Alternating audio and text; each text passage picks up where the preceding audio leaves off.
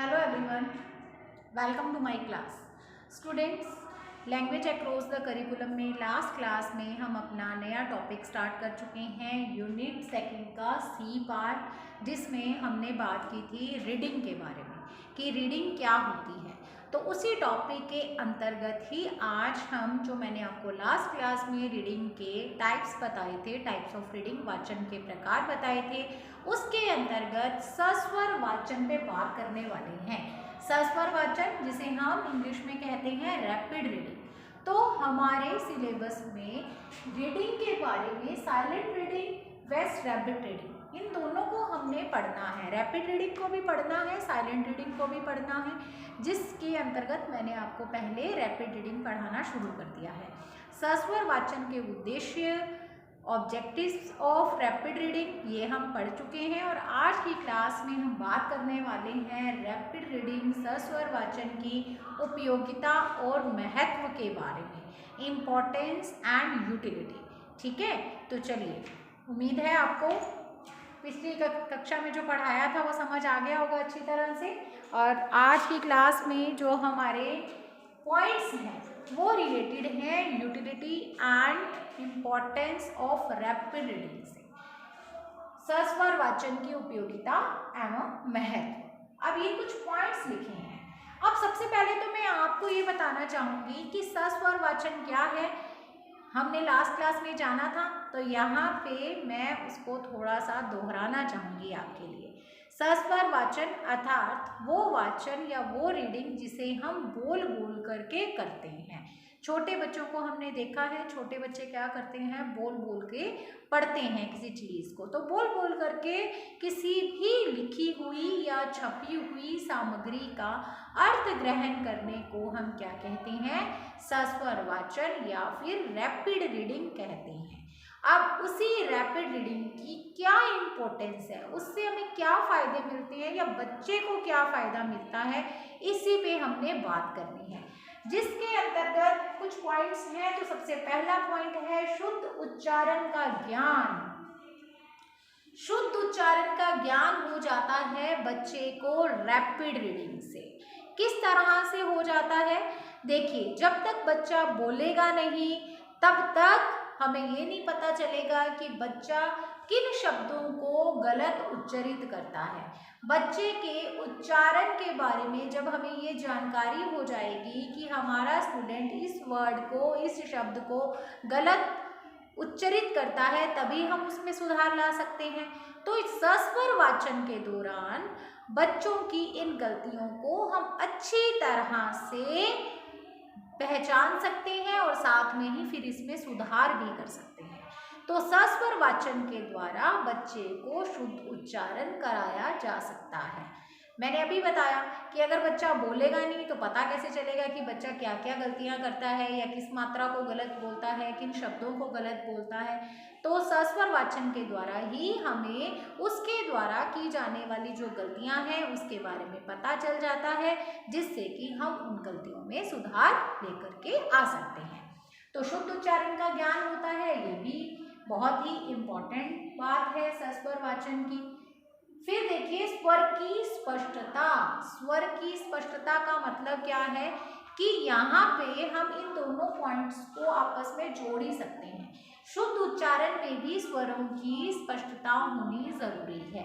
तो बच्चे अगर किन्हीं मात्राओं को गलत बोल रहे हैं या किन्हीं शब्दों को या स्वरों को गलत उच्चरित कर रहे हैं, तब भी हम सस्वर वाचन के द्वारा उनकी इन अशुद्धियों को सही कर सकते हैं और उनके स्वर में एक स्पष्टता ला सकते हैं या स्वरों को स्पष्ट कर सकते हैं। उसके बाद नेक्स्ट है उचित स्वर लय गति का अभ्यास। उचित स्वर लय गति का अभ्यास, इसका मीनिंग क्या है। हम हमेशा से ही बात करते हैं कि वाचन या रीडिंग में एक उचित लय होनी चाहिए, एक गति होनी चाहिए, एक उसमें थोड़ा विराम भी होना चाहिए, या हम ये कह सकते हैं स्वरों का चयन करते समय भी ध्यान रखा जाना चाहिए। तो ये जो स्वर हैं वो उचित हो, जो लय है वो उचित हो, विराम हो उसमें थोड़ा सा, उसकी जो गति है वो ज़्यादा नहीं होनी चाहिए, क्योंकि ऐसा करने से जो सामने वाले तक बात संप्रेषण के द्वारा पहुंचाई जा रही होती है वो अच्छी तरह से नहीं पहुंच पाती, उसके मायने वो नहीं रहते जैसे कि होने चाहिए। इसके लिए ज़रूरी है कि जब हम वाचन करें, रीडिंग करें, तो हम उसमें एक उचित स्वर, लय, गति लेकर के आए। ज़्यादा स्पीड में जब हम बोलते हैं तो हमें उसका अर्थ ग्रहण नहीं होता। और रीडिंग के मीनिंग में ही हम क्लियर कर चुके हैं कि रीडिंग का मतलब ही क्या है।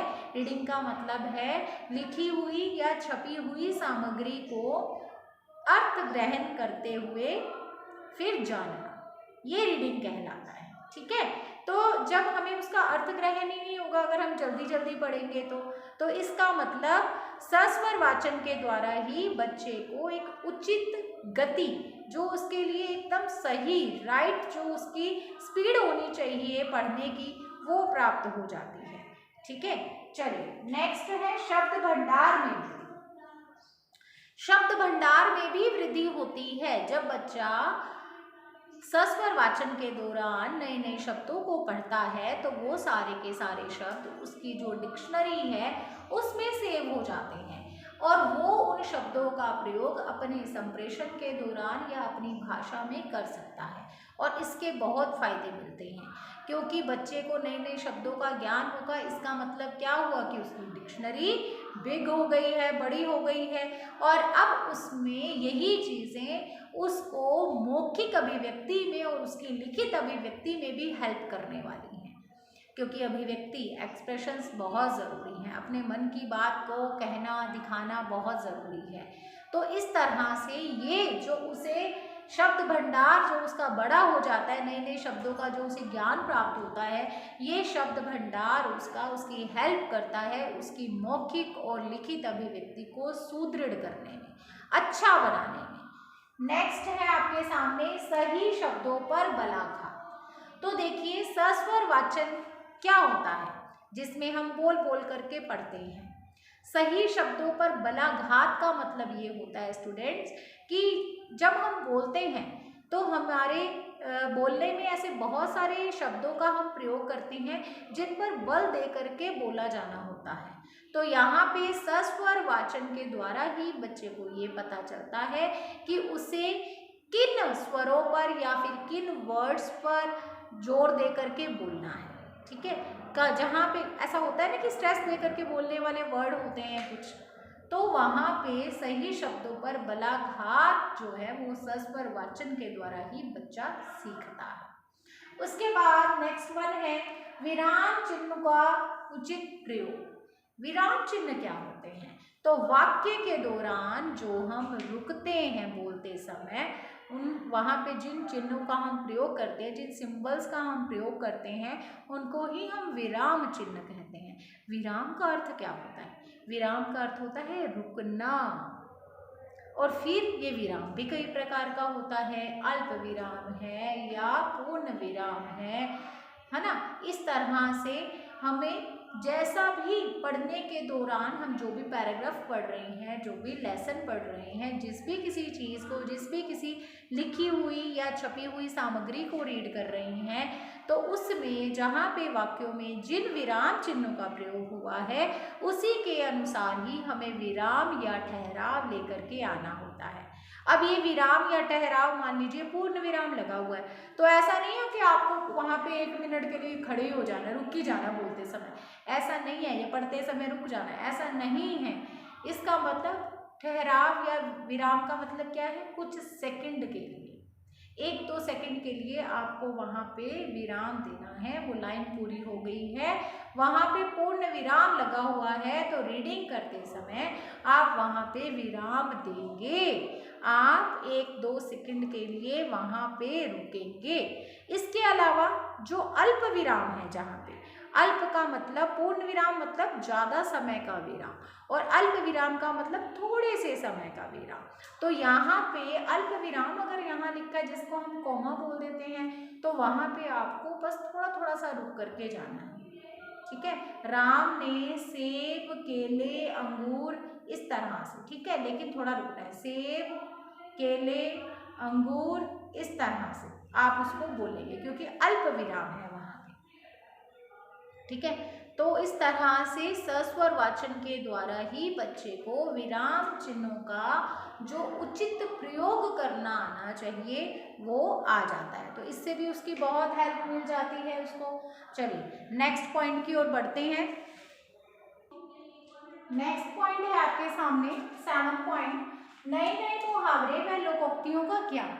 तो बच्चे को सस्वर वाचन के दौरान नए नए मुहावरों का लोकोक्तियों का भी ज्ञान हो जाता है। इससे क्या है, वो इनका प्रयोग करके अपनी जो अभिव्यक्ति है उसको और भी अच्छा कर सकता है। देखिए, जब हम बोलते हैं, जब हम संप्रेषण करते हैं, तो संप्रेषण वाला टॉपिक हम पढ़ चुके हैं। संप्रेषण कैसा होना चाहिए, प्रभावी होना चाहिए। अच्छा संप्रेषण किसे कहा जाता है, अच्छा संप्रेषण वो होता है जिसमें सामने वाले को प्रभावित करने की क्षमता हो। अब सामने वाले को प्रभावित करना इतना आसान तो नहीं होता है, उसके लिए हमें अच्छे अच्छे शब्दों का चयन करना पड़ता है अपनी बात को, ताकि हम अच्छे तरीके से उसके सामने प्रेजेंट कर पाए। अब ये सब कुछ करना होता है, जो हमारे संप्रेषण में हमें चीज़ें लेकर के आनी होती है, उसमें से एक चीज़ ये भी है कि अच्छी बातें और अच्छे शब्दों का चुनाव, मुहावरे, लोकोक्तियों का प्रयोग अगर आप करते हैं तो इससे आपका संप्रेषण बहुत ही प्रभावी होता है और सामने वाला आपकी बात को सुनने के लिए मजबूर हो जाता है, उसको आपकी बात बहुत अच्छी लगती है। तो संप्रेषण की प्रक्रिया अच्छी तरह से पूर्ण हो पाती है, सामने वाला व्यक्ति आपकी बात को अच्छी तरह से जान पाता है, समझ पाता है या समझने की कोशिश करता है। इससे क्या होता है, आपका संप्रेषण बहुत अच्छा होता है। तो सस्वर वाचन के दौरान ही बच्चे जब लेसन्स पढ़ते हैं, बच्चे जब बहुत कुछ नई सामग्री पढ़ते हैं, तो वो सामग्री से या फिर उन लेसन से बच्चे को अनेक मुहावरे और लोकोक्तियों का ज्ञान हो जाता है। क्योंकि मुहावरे और लोकोक्तियों का केवल अर्थ पता होना ही ज़रूरी नहीं होता, बल्कि हमें ये भी पता होना चाहिए कि उनका वाक्यों में प्रयोग किस तरह से किया जाता है। तो लेसन्स के बीच में बहुत सारे ऐसे पात्र होते हैं, जैसे कोई कहानी बच्चा सस्वर वाचन के दौरान पढ़ रहा है, तो किसी पात्र ने किसी एक घटना पर आधारित कोई लोकोक्ति बोली या फिर मुहावरा बोला। इससे क्या होता है कि बच्चे को समझ में आ जाता है कि इस मुहावरे या इस लोकोक्ति का प्रयोग ऐसे समय में किया जा सकता है या ऐसी सिचुएशन में किया जाना चाहिए, ऐसी परिस्थिति में किया जाना चाहिए, ऐसी परिस्थिति में बोला जाना चाहिए ये वाला मुहावरा या लोकोक्ति। तो इस तरह से बच्चे को नए नए मुहावरे और लोकोक्तियों का भी ज्ञान हो जाता है। अगला पॉइंट देखिए आपके सामने है आनंद की अनुभूति। 8वां बिंदु आपको दिखाई दे रहा है आनंद की अनुभूति। बच्चे जब सस्वर वाचन करते हैं तो उन्हें आनंद की प्राप्ति होती है, आनंद की अनुभूति होती है।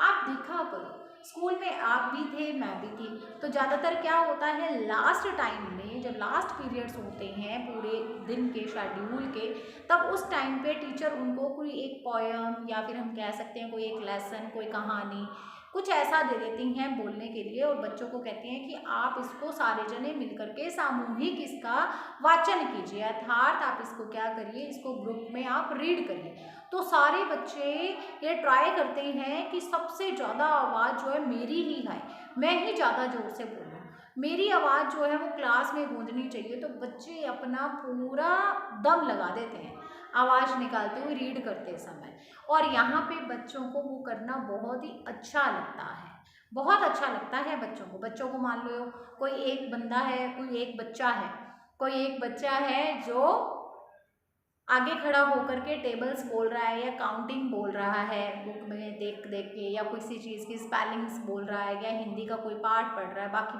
बच्चे भी जो हैं वो लेकर के बैठे हैं अपनी अपनी बुक्स को, और वो भी पीछे पीछे रीड कर रहे हैं। पहले वो एक जना बोलता है और वो उसके पीछे बोलते हैं।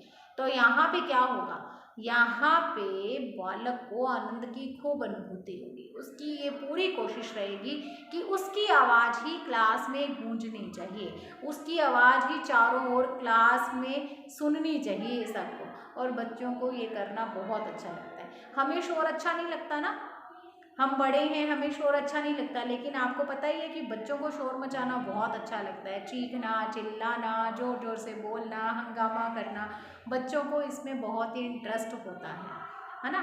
तो यहाँ पे भी सस्वर वाचन के दौरान वो जो अच्छा वाला शोर होगा वो बच्चों को आनंद की अनुभूति कराने वाला होगा, बच्चों को उसमें रस की प्राप्ति होगी। रस की प्राप्ति क्या है? रस की प्राप्ति भी आनंद की अनुभूति होती है, तो बच्चों को इसमें बहुत ही इंटरेस्ट आता है। उसके बाद नेक्स्ट वन देखिए, ज्ञान में वृद्धि। ज्ञान में वृद्धि, अब अपने आप ही ज्ञान में वृद्धि हो जाएगी। देखिए, सस्वर वाचन के द्वारा अगर बच्चे को शुद्ध उच्चारण आ जाएगा, सभी शब्दों को अच्छी तरह से बोलना आ जाएगा, इसके अलावा उसके स्वर पूरी तरह से स्पष्ट होंगे, उसकी मात्राएं पूरी तरह से स्पष्ट होंगी, और उसके बोलने की, उसके पढ़ने की जो एक गति है, किसी चीज़ को रीड करने की, किसी सामग्री को रीड करने की जो गति है वो भी एकदम सही होगी, उचित होगी। उसकी बोलने की, पढ़ने की जो लय है वो भी सही होगी, उचित स्वरों का वो चयन करेगा। तो इससे क्या है, उसके शब्द भंडार में वृद्धि हो रही है, और इसके साथ ही उसे सही शब्दों पर बलाघात करना आ गया, सही विराम चिन्हों का प्रयोग करना आ गया, नए नए उसके पास मुहावरे हैं, नई नई लोकोक्तियां हैं। तो इन सब से ओवरऑल अगर देखा जाए तो उसे आनंद की अनुभूति भी हो रही है। तो अब ये क्या होगा, ये सब चीज़ें मिल करके उसके ज्ञान के स्तर को, उसकी नॉलेज को बढ़ाएंगे। अब जो ये नए नए वर्ड उसने सीखे हैं, नए नए मुहावरे लोकोक्तियाँ उसने सीखी हैं, उनका वो प्रयोग करेगा अपने संप्रेषण को अच्छा करने के, ठीक है। तो उसकी एक अच्छी सी भाषा निर्माण हो जाएगा, तो इससे उसको बहुत ही हेल्प होने वाली है। उसकी जो रीडिंग है वो बहुत ही अच्छी हो जाएगी। रीडिंग तो अच्छी हो ही जाएगी इन सब चीज़ों से, लेकिन इसके साथ ही उसकी जो नॉलेज है वो भी अपग्रेड हो गई, उसकी जो नॉलेज है वो भी इंक्रीज हो गई, ठीक है। तो ज्ञान में भी क्या होती है, इससे वृद्धि होती है। उसके बाद लास्ट बिंदु आपके सामने है, मौखिक एवं लिखित अभिव्यक्ति में कुशलता। अब अभिव्यक्ति क्या होती है? अभिव्यक्ति होती है अपने आप को एक्सप्रेस करना, किसी के सामने लेकर के आना, अपनी बात को कहना, किसी तक पहुंचाना, ये अभिव्यक्ति होती है। और एक्सप्रेशंस बहुत ही ज़रूरी है। जो व्यक्ति अपने आप को अच्छे से एक्सप्रेस नहीं कर पाता है, इसका मतलब वो व्यक्ति अपना संपूर्ण विकास या सर्वांगीण विकास नहीं कर पाया।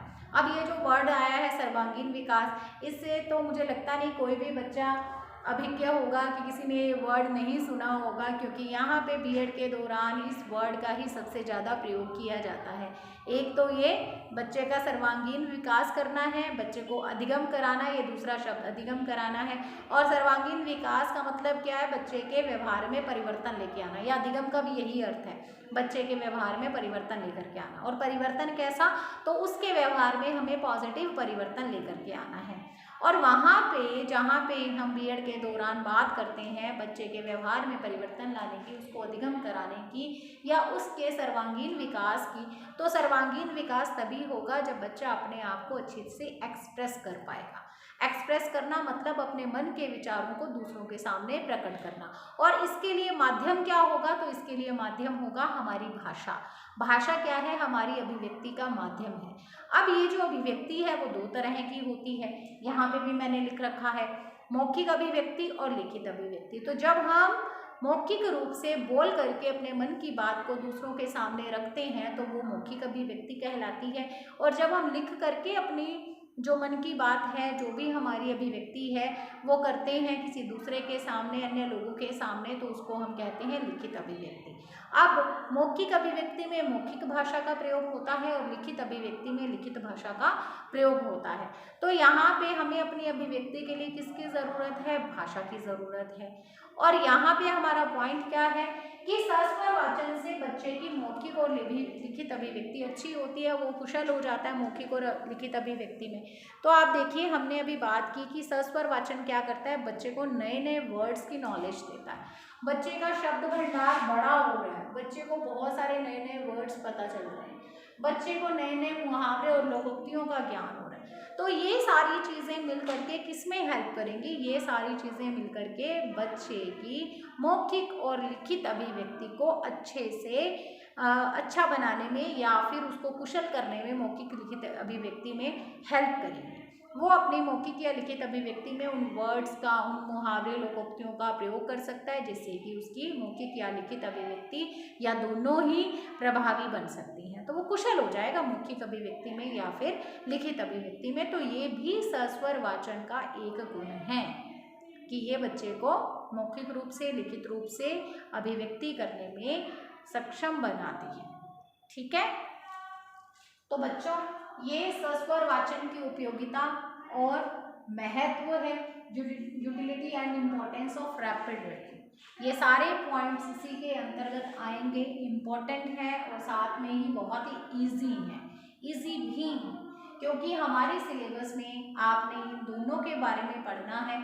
तो सस्वर वाचन के बारे में हमने आज पढ़ लिया है और कल की क्लास में हम बात करने वाले हैं मौन वाचन के बारे में, यानी साइलेंट रीडिंग के बारे में भी हमको सब कुछ जानना है। साइलेंट रीडिंग के क्या क्या उद्देश्य होते हैं और साइलेंट रीडिंग के 2 प्रकार के उद्देश्य होते हैं, सामान्य उद्देश्य भी होते हैं और विशिष्ट उद्देश्य भी होते हैं। ठीक है, तो साइलेंट रीडिंग यानी यहाँ पे हम बोल बोल के पढ़ते हैं और साइलेंट रीडिंग में क्या होता है, बिना होठ हिलाए केवल मस्तिष्क और नेत्रों को सक्रिय रखते हुए किसी लिखी हुई या छपी हुई सामग्री का अर्थ ग्रहण करना हम क्या कहते हैं, उसको हम कहते हैं उसे मौन वाचन। तो अब जो हम इस अवस्था में यानी बड़े होकर के जो वाचन हम करते हैं वो होता है मौन वाचन। तो नेक्स्ट क्लास में हमने मौन वाचन के बारे में ही ऐसी सारी इंफॉर्मेशन गेन करनी है जैसे हमने सस्वर वाचन के बारे में, रैपिड रीडिंग के बारे में पढ़ा है। ठीक है, और इसके अलावा भी मौन वाचन की उद्देश्य रहेंगे, उसकी इम्पोर्टेंस रहेगी, वो किस तरह से अच्छा बनाया जा सकता है, उस पर ऐसे कौन कौन से फैक्टर्स हैं जो काम करते हैं जिससे वो और भी अच्छा बन जाता है। तो वो सस्वर वाचन से थोड़ा सा लंबा है। ठीक है, मौन वाचन सस्वर वाचन से थोड़ा सा उसमें पॉइंट्स ज़्यादा हैं, तो उसमें थोड़ा सा टाइम ज़्यादा लगेगा।